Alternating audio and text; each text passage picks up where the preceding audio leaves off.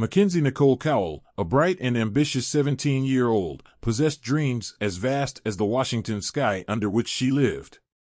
Born on April 1, 1992, in the tranquil town of Orondo, MacKenzie was a vibrant soul whose presence illuminated the lives of those around her. She was a senior at Wenatchee High School, where her passion for dance flourished as a member of the school's dance team.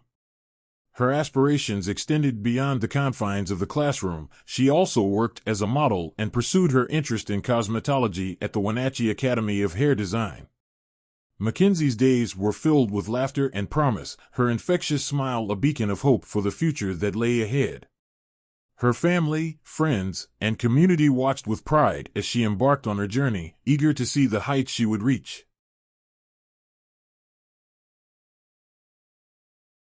However, the tranquility of Wenatchee was shattered on the fateful winter day of February 9, 2010. MacKenzie's disappearance cast a dark shadow over the town, leaving her loved ones reeling with fear and uncertainty. Surveillance footage captured MacKenzie leaving the Academy of Hair Design, her steps brimming with youthful exuberance as she walked to her car, never suspecting the tragedy that awaited her. As the hours passed without word from MacKenzie, her family's concern grew, morphing into a gut-wrenching dread that gnawed at their hearts. Her absence lingered like an ominous cloud, her vibrant spirit seemingly swallowed by the vast expanse of uncertainty. For agonizing days later, hope turned to despair as MacKenzie's lifeless body was discovered on the banks of the Columbia River near Quincy, Washington. The once glistening waters now bore witness to a tragedy that sent shockwaves through the community. MacKenzie lay there, her youthful vitality extinguished by an act of unspeakable violence. An autopsy revealed the brutal extent of MacKenzie's demise: strangulation, stab wounds to the neck, and blunt force trauma to the head.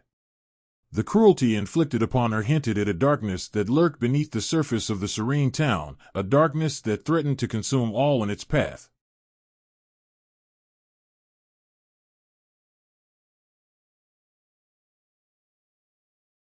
With MacKenzie's killer still at large, law enforcement agencies sprang into action, determined to unravel the mystery surrounding her death.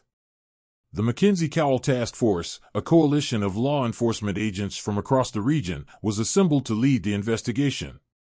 Their mission was clear: to bring MacKenzie's killer to justice and restore a sense of safety to the shattered community. As leads emerged and suspects were scrutinized, one name rose to the forefront: Christopher Scott Wilson, a 29-year-old classmate of MacKenzie's at the Academy of Hair Design.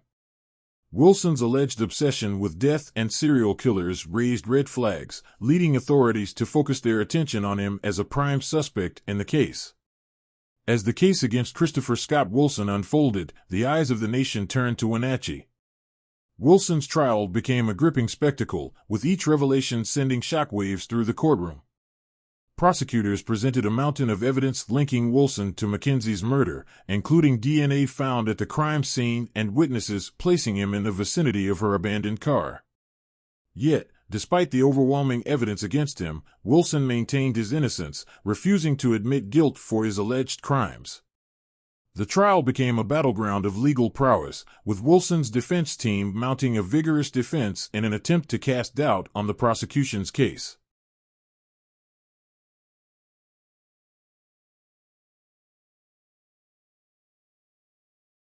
Ultimately, faced with the weight of the evidence against him, Christopher Scott Wilson made a fateful decision. In a stunning turn of events, he pleaded guilty to the first-degree manslaughter of MacKenzie Cowell, as well as additional charges related to her death. The courtroom fell silent as the gravity of his admission hung heavy in the air. For MacKenzie's family, the plea offered a glimmer of closure in the wake of their unimaginable loss. Though the pain of her absence would never fully fade, the knowledge that her killer would face justice brought a measure of solace to their shattered hearts. As Christopher Scott Wilson began his prison sentence, the town of Wenatchee began the long process of healing from the scars left by MacKenzie's murder. The echoes of her vibrant spirit lingered in the hearts of those who knew her, a reminder of the preciousness of life and the enduring power of hope in the face of darkness. Though MacKenzie's journey had been tragically cut short, her legacy lived on, a beacon of light in the shadowy corners of the world, guiding others toward a future filled with promise and possibility. And as the sun set over the tranquil town of Wenatchee, a sense of peace settled over the land, a testament to the resilience of the human spirit in the face of unspeakable tragedy.